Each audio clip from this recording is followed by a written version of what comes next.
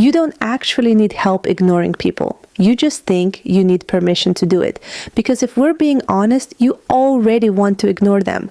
You're already tired of replaying what they said, tired of wondering if you overreacted, tired of pretending to be the bigger person again. So let's just call it what it is. You're exhausted by the mental load of caring about people you're done with. And deep down, you know ignoring them is the right move. You're just scared of what it'll say about you. You don't want to seem cold or like you're holding a grudge or like you're bothered. But here's the thing, you are. You're bothered because your peace was disrupted. And protecting that peace doesn't make you cold. It makes you conscious. Ignoring someone is not an immature reaction. It's actually a very mature decision to remove your energy from something that drains you. It's not a petty, it's powerful. And if anyone tries to tell you otherwise, ask them why your silence affects them more than their behavior affected you.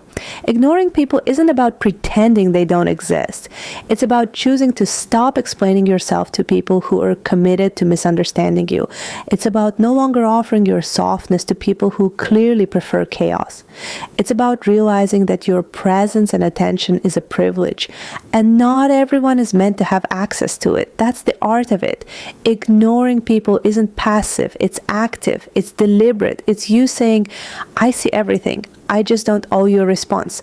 Because let's be real, if you really didn't care, you wouldn't still be watching their stories. You wouldn't be mentally crafting the perfect I'm unbothered moment while secretly hoping they notice. No judgment. We've all done it. But here's what I'll say. The goal is not to look unbothered. The goal is to actually be unbothered. So if you want to master the art of ignoring people, start here. First, you have to realize that not everything deserves your reaction. Some things are so low they're not even worth translating into words. Silence is not weakness. It's emotional strength.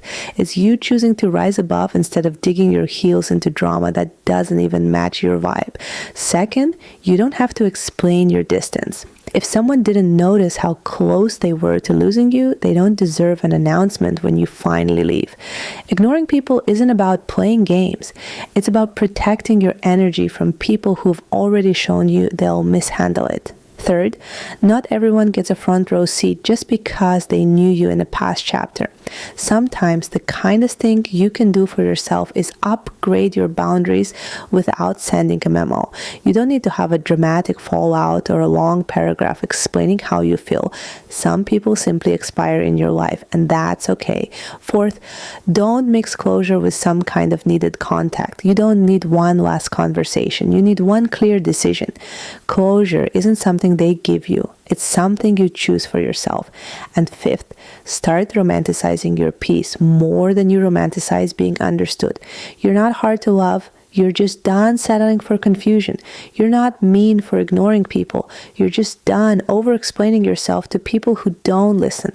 You're not toxic for going quiet. You're just evolving into someone who refuses to chase energy that doesn't feel good.